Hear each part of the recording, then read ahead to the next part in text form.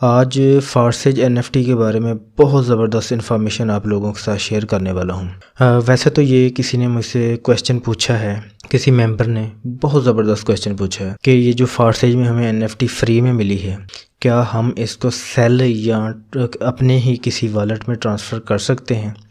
अगर हम ट्रांसफ़र करते हैं तो इसका हमें क्या नुकसान होता है। तो अगर हम इसको ट्रांसफ़र करते हैं अपने ही किसी वॉलेट में तो क्या इससे हमारी एनएफटी का जो स्मार्ट कॉन्ट्रैक्ट है वो तब्दील हो जाता है क्या। देखें, इस सवाल का बड़ा ज़बरदस्त किस्म का मैं आपको जवाब देता हूँ। आप लोगों ने इस वीडियो को एंड तक देखना है और अपनी टीम के हर मेंबर तक शेयर करना है ताकि आपके मेंबर्स भी इस नुकसान से बच सकें।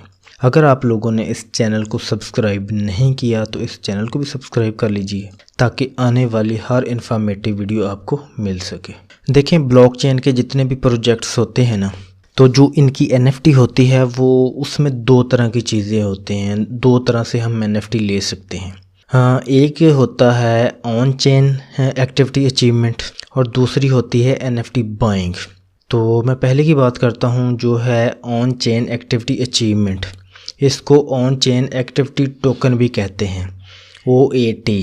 इसमें जो एनएफटी होती है, जो हमें एनएफटी मिलती है, वो हम किसी इवेंट को ज्वाइन करने पे हमें मिलती है या कोई टास्क कंप्लीट करते हैं जो हमें उस ब्लॉकचेन प्रोजेक्ट की तरफ से मिलते हैं, तो उस सूरत में हमें वो एनएफटी हम मिंट कर सकते हैं या क्लेम कर सकते हैं।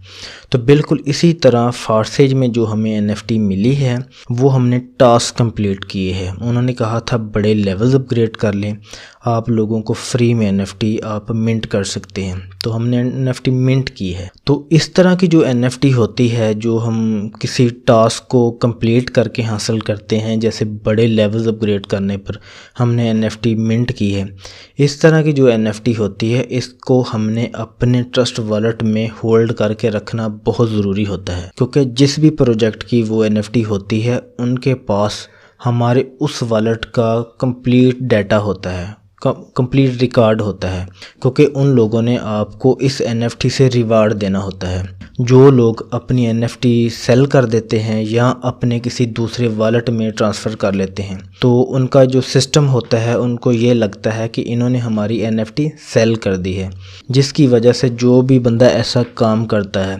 एनएफटी सेल करता है या एनएफटी अपने ही किसी वॉलेट में ट्रांसफ़र करता है, तो वो बंदा उनके जो भी सेशन होता है, जो भी उनका इवेंट होता है उससे बाहर हो जाता है। उस बंदे को जो रिवार्ड मिलना होता है वो नहीं मिलता फिर। तो कोशिश करें कि ये गलती बिल्कुल भी ना करें। अपनी एनएफटी को ना तो ट्रांसफ़र करें अपने ही किसी वॉलेट में और ना ही किसी को सेल करें।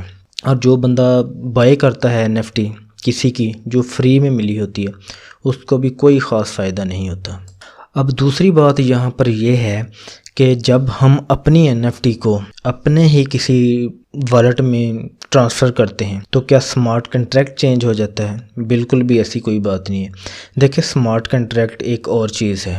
आपने जो अपनी एनएफटी होल्ड करके रखी होती है, तो जब आप उसे ट्रांसफ़र करते हैं किसी अपने ही दूसरे वॉलेट में तो उससे होल्डर का जो होता है एड्रेस वो चेंज हो जाता है, क्योंकि आपको जो रिवार्ड है आपकी काबिलियत पे मिलता है। तो ये जो हमारी एनएफटी है फारसेज में मिली है, ये आप लोगों की मेहनत है, स्ट्रगल है। आप लोगों ने एक टास्क कंप्लीट किया है, बड़े लेवल्स अपग्रेड किए हैं, जिसकी वजह से आप लोगों ने फ्री में मिंट की है।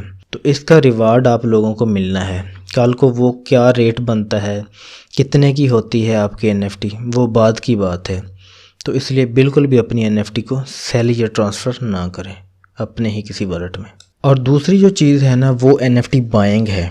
दूसरे नंबर पे जो हमने फारसेज में एनएफटी बाय की है, ख़रीद रहे हैं लोग, उस एनएफटी को आप जिसको मर्ज़ी सेल करें, जिस मर्ज़ी आप जनाब अपने ही वॉलेट में ट्रांसफ़र कर लें, उससे कोई फ़र्क नहीं पड़ता।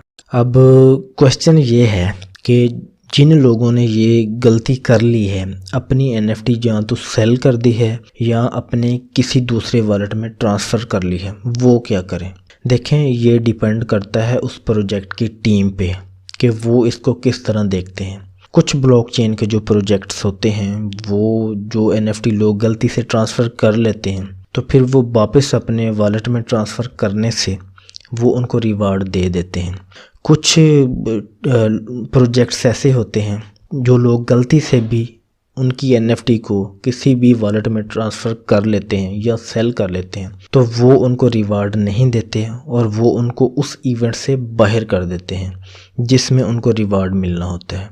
कि जिन लोगों से ये मिस्टेक हो गई है, ये गलती हो गई है, वो अपनी NFT को अपने जिस वॉलेट से उन्होंने क्लेम की है या मिंट की है, जिस पे उन्हें मिली है, वो उसमें दोबारा ट्रांसफ़र कर लें।